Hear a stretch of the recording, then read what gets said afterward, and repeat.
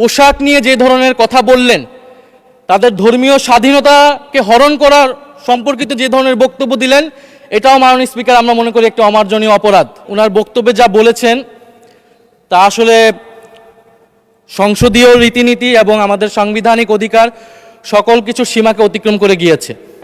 সরকার দলীয় মাননীয় একজন সংসদ সদস্যের বক্তব্যকে ঘিরে যেই অনাকাঙ্ক্ষিত পরিবেশ এবং বিশৃঙ্খল পরিস্থিতি এখানে তৈরি হলো, যদিও আপনি তার বক্তব্যের সেই অংশটুকুকে এক্সপান্ড করেছেন, এই জন্য আপনাকে ধন্যবাদ জানাই, কিন্তু এই বিষয়ে আমাদের বক্তব্য আছে। আপনার কাছে অনুরোধ যে আমাকে 2 মিনিট সুযোগ দেওয়ার জন্য। মাননীয় সংসদ সদস্য উনি বিভিন্ন সময় বক্তব্য দেন, আমরা মনোযোগ দিয়ে ওনার কথা শুনি। ওনার বক্তব্যে সূক্ষ্ম রসবোধ, ইতিহাস চেতনা সবকিছুই আমরা গভীরভাবে। মাননীয় সদস্য, আপনি কি কথা বলতে চাচ্ছেন? জি মাননীয় স্পিকার। আচ্ছা, অসংখ্য ধন্যবাদ। ওনাকে 2 মিনিটের জন্য দেয়া হোক প্লিজ। কিন্তু মাননীয় স্পিকার, আজকে উনি ওনার বক্তব্যে যা বলেছেন তা আসলে সংসদীয় রীতিনীতি এবং আমাদের সাংবিধানিক অধিকার সকল কিছু সীমাকে অতিক্রম করে গিয়েছে।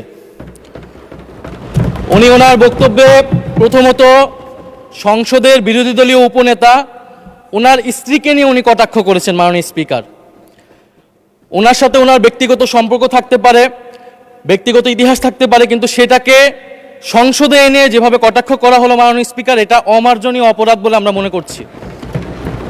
দ্বিতীয়ত, উনি বিরোধী দলের মহিলা এমপিদের, আমাদের নারী সংসদ সদস্যদের তাদের পোশাক নিয়ে যে ধরনের কথা বললেন, তাদের ধর্মীয় স্বাধীনতাকে হরণ করার সম্পর্কিত যে ধরনের বক্তব্য দিলেন, এটাও মাননীয় স্পিকার আমরা মনে করি একটি অমার্জনীয় অপরাধ। প্রত্যেকটা ব্যক্তির গণতান্ত্রিক রাষ্ট্রে তার ধর্মীয় স্বাধীনতা রয়েছে, পোশাকের স্বাধীনতা রয়েছে। উনি একজন সংসদ সদস্য হিসেবে সেই স্বাধীনতাকে লঙ্ঘন করে এই ধরনের হীন বক্তব্য দিয়েছেন, ওনার হীন মানসিকতার পরিচয় পেয়েছে, এবং আমরা মনে করি উনি ওনার বক্তব্যে একটি বর্ণবাদী আচরণ মাননীয় স্পিকার বহিঃপ্রকাশ পেয়েছে ওনার বক্তব্যের মাধ্যমে দিয়ে। ফলে আমরা আশা করব ভবিষ্যতে এই ধরনের বক্তব্য আমরা কোনো সংসদ সদস্যের কাছ থেকে যাতে এই ধরনের বক্তব্য মহান এই জাতীয় সংসদে আর উচ্চারিত না হয়। মাননীয় স্পিকার, আপনাকে ধন্যবাদ। ধন্যবাদ মাননীয় সদস্য। আপনি সর্বশেষ যে কথাটা বললেন সেটা আমিই বলেছি, এবং ওনার ওই অংশটুকু সংসদীয় রীতিনীতির বাইরে যে কথাবার্তা হয়েছে সেগুলো এক্সপান্স করার নির্দেশনা দেওয়া হয়েছে ইতিমধ্যে, এবং আমি একটা রুলিংও দিয়েছি towards all the rights honourable members. সংসদে বসে আমরা কারো ব্যক্তিগত স্বাধীনতা নিয়ে কথা বলবো না, আমাদের ডিগনিটি আমরা রাখবো। অসংখ্য ধন্যবাদ মাননীয় চিফ হুইপ। একটু আগে মাননীয় সংসদ সদস্য মনিরুল হক চৌধুরী সাহেব যে বক্তব্যটি দিয়েছেন, আমরা এই সংসদে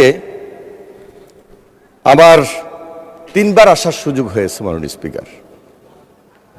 আমরা পার্লামেন্টে অনেক কথাবার্তা পক্ষে বিপক্ষে, অনেক সময় হাসি ঠাট্টার আলোকেও কিন্তু অনেক কথা চলে আসে।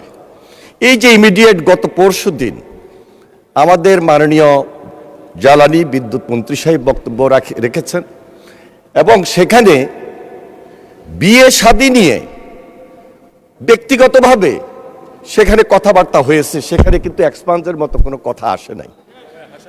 এগুলো হাসি ঠাট্টা থাকতেই পারে, পার্লামেন্টে সেই রেওয়াজ আছে মাননীয় স্পিকার।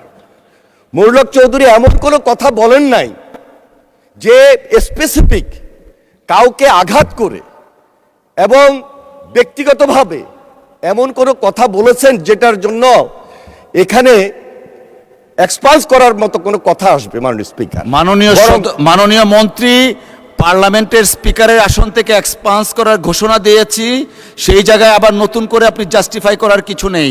আপনার অন্য কোনো বক্তব্য থাকলে বলতে পারেন, না হলে বসেন। মাননীয় স্পিকার, আমি যেটা বলতে চেয়েছিলাম, সর্বপ্রথমেই বিরোধী দলীয় উপনেতা যখন আমাদের সালাউদ্দিন সাহেব কথা বলছিলেন তখনই আমি দাঁড়িয়েছিলাম। সেখানে উনি যাদেরকে ডিফেন্ড করলেন এবং যেই 300 বিধির অ্যাগেনিস্টে কথাটা বললেন, সে অনুযায়ী পার্লামেন্টের বিধান অনুযায়ী 300 বিধির পরে কোনো প্রশ্ন রেজ করবেন, ওইটা উনি পারেন না মাননীয় স্পিকার, কিন্তু তিনি রেজ করেছেন এবং তিনি রেজ করেছেন করেই উনি বিদায় নিয়েছেন এখান থেকে মাননীয়।